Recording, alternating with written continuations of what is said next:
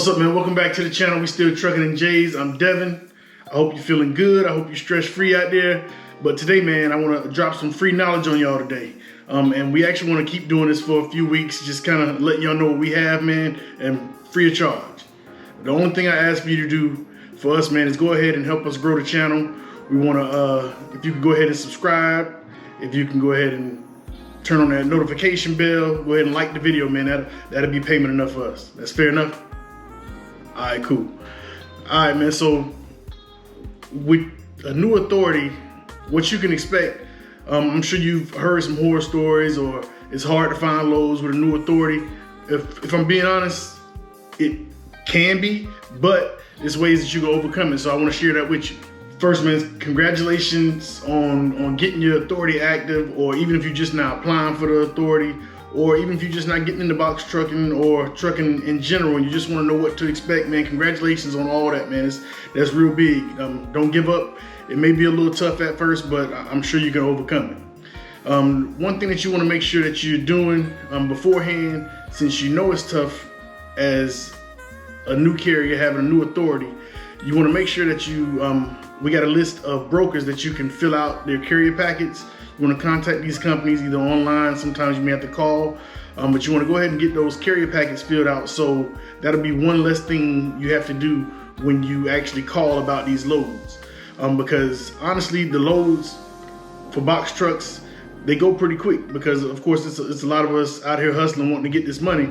So if you don't have that carrier packet already filled out, say you call TQL, and you are negotiating and they ask you for your MC number and they see that you're not set up in the system, if they got 10, 15 calls on hold, they are more likely to just go ahead and go to the next person instead of, filling it out, unless you're taking cheap freight, and I don't want that to be you. So make sure you go ahead and get those filled out. We'll have a list of those brokers down below. Also, if it's not there for any reason, feel free to send us an email at truckingandjays@gmail.com and we'll get that over for you, so you'll have that out the way.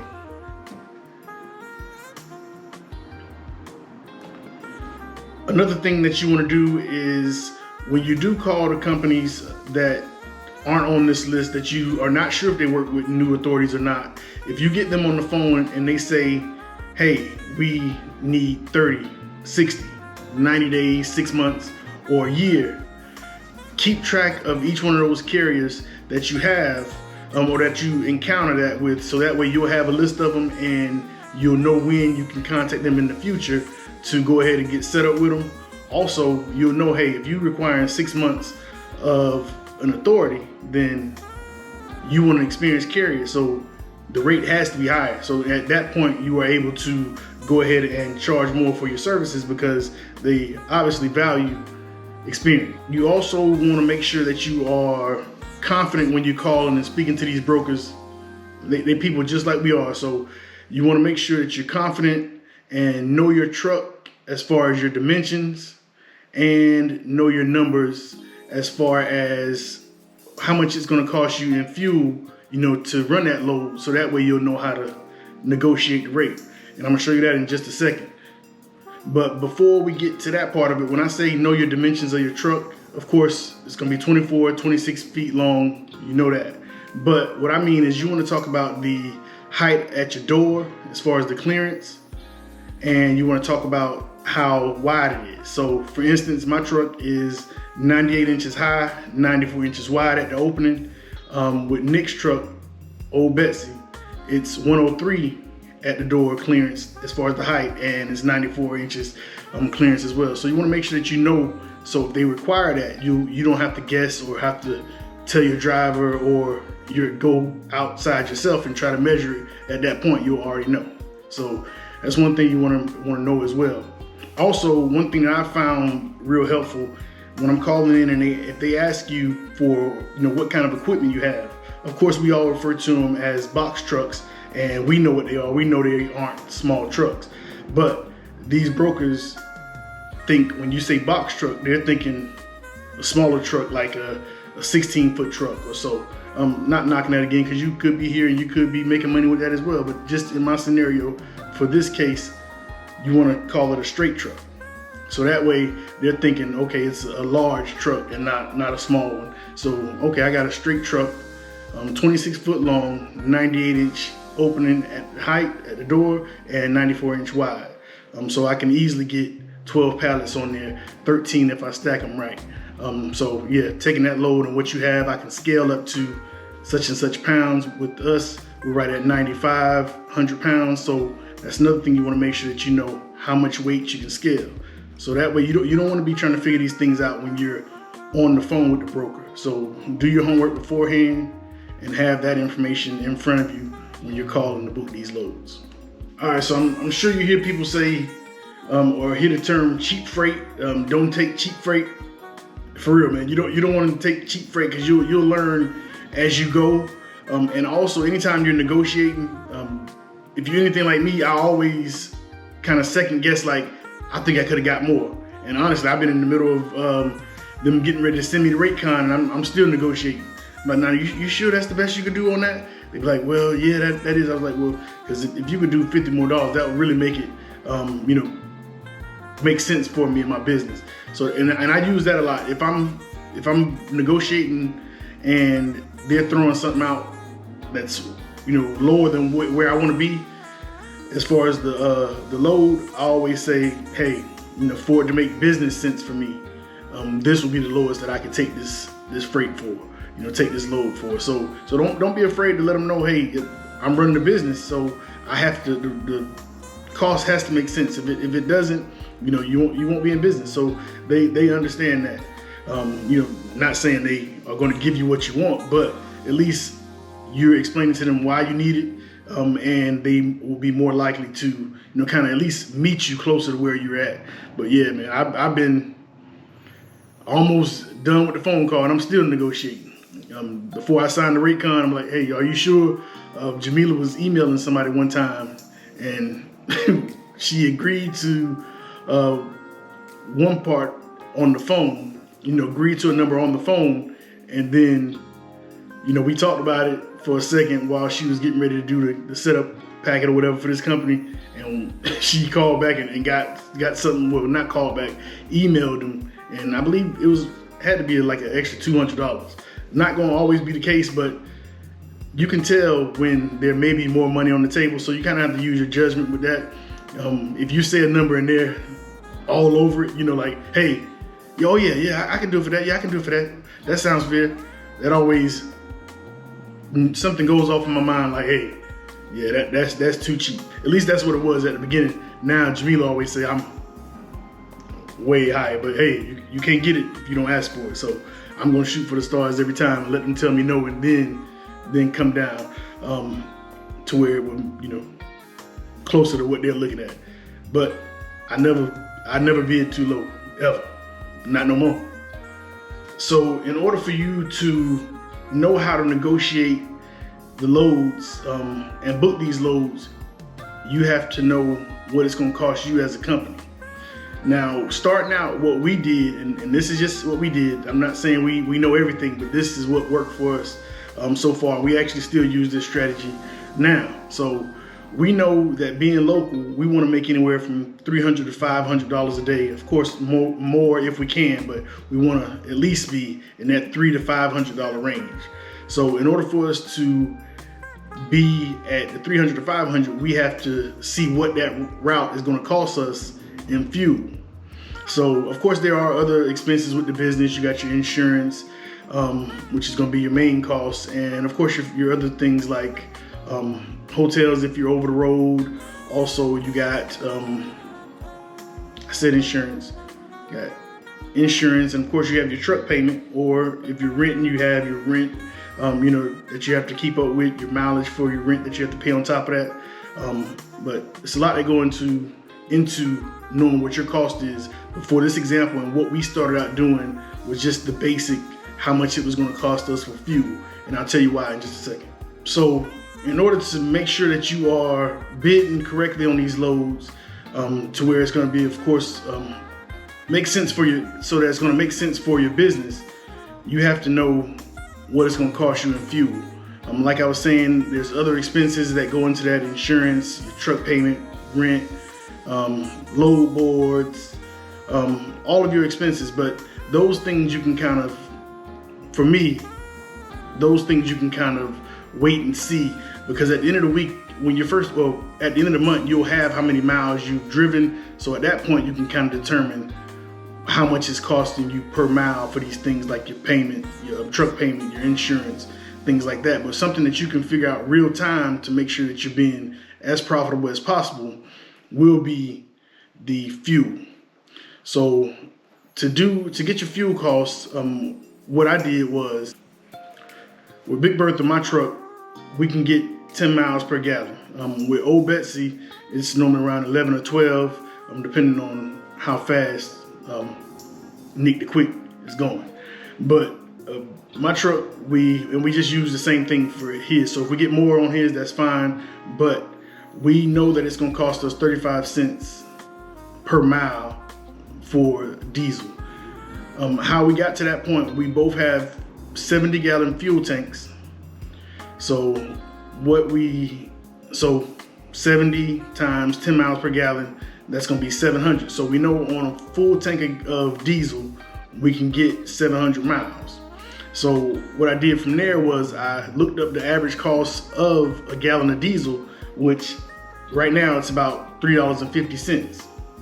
So if you do the $3.50 times the 70, which is how many gallons our tank is, it is $245. So then from there we divided, we took the 245 and divided that by 700. The 245 is the cost of a full tank of diesel, and the 700 is how many miles we can get out of that full tank of diesel. So when you do that, that's how you divide that, and that's how you get 35 cents per mile. So now you have at least somewhere to start. So you don't want to just, of course, charge or bid based on how many miles the load is. So if I have a load for going 200 miles, I don't just want to check my fuel or check my fuel price for just that 200 miles. I want to take into account all deadhead. So if I'm driving to Charlotte from here, that's 100 miles.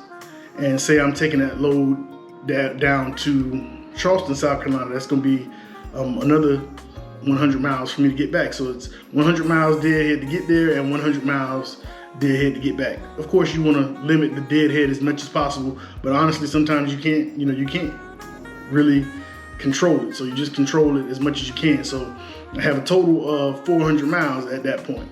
So I know I'm going to multiply 400 times 35 cents, and that's how much my fuel cost is going to be. All right, so 400 miles times 35 cents a mile, and that's going to be $140. So now I know how much it's going to cost me for diesel. When we first started out, none of us were getting paid, so that's why we didn't have to factor in driver cost or anything, and we really still don't really factor that in now, because it's what we pay ourselves is going to be a set amount each week. It's not based on how many miles or how many loads you take or a percentage of the load, the gross of the load, none of that. So we don't look at it that way. We just look at how much we're trying to profit, after fuel.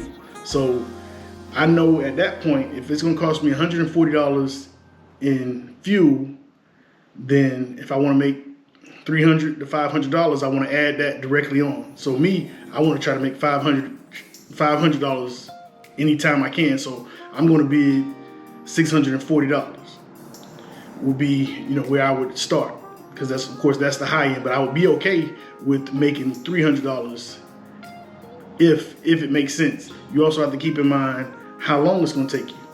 If it's 400 miles, it normally takes us about an hour and a half for each 100 miles. So that's going to be 6 hours out of the day, which isn't too bad. So you want to keep track of all that. So that's how you're going to bid. That's how we bid.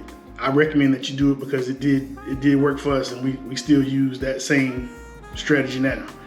So that way you're not just kind of blind bidding on what you think, or even going by what the broker may say. They don't know how much your expenses are, or anybody's expenses. They don't care. They just know they want to try to get that load to you as cheap as possible. to get you to take that load as cheap as possible. So they may want to bid 300. I'm at 640. I may go down if they're willing to go up. But sometimes you just have to say, hey, we're just too far apart. I can't take that load for $400. It just won't make sense for my business. And then you let them go. Sometimes they'll hang up on you. Sometimes you'll hang up on them. They'll laugh at you. I usually laugh at them because Jamila say, I'm always going to shoot for the stars, which I do because I want to try to get, it's our business. And I know that if every $10, $20, $50 that I can get, I'm going to try to get it for the business. So you have to keep that mindset when you're running your business and you're just starting out, especially because you're going to get out what you get in. The harder you work, the checks will start coming in, man. I promise you. So I just want to motivate y'all and just let you know it may be tough at first. It does get easier as you start meeting those certain thresholds of 30, 60, 90 days, 6 months. But it's not a whole lot. It's not a whole lot different when you're first starting out. You're still going to have to hustle to get the loads, but to prevent you from having to even be on the load boards as much. I don't hear enough people preaching this, but it's those relationships, man. I'm going to keep saying it. I say it in pretty much every video because anytime you see us most of the times when you see us doing a load outside of Amazon, it's going to be the same broker, the same shipper. So we're recreating those relationships. So they call us and just let us know. We got 3 loads scheduled now with our Landstar broker starting next week. She has 2 next week and then 1 for the week after that. So we're also able to plan better that way when they're able to let us know what we have, because then we'll say, okay, we can use Amazon to fill in. That's what you want to use Amazon for, to fill in those days you don't have anything. But if you don't have anything, man, don't be discouraged. You may not run your truck every day. You may either because you want to take a break or because you can't find a load that makes sense for your business. And it's okay. You just want to keep going, keep fighting, man. It's gonna, I ain't gonna get into all that because I can go on and on, man, about how, you have to work hard for your business because nobody else is gonna do it. Nobody's gonna hand it to you. You got to figure it all out by yourself. I want to give you as much knowledge as I can, man. And that's gonna be this series, man. Free knowledge. We're gonna be doing that for the next few weeks or even longer than that, as long as I feel like I have something valuable to give y'all, man. And like I said, all we want in return is for you to subscribe to the channel, turn the notification bell on, like the video. That won't cost you a dime. Go ahead and look out for us, man. And we're gonna keep looking out for y'all.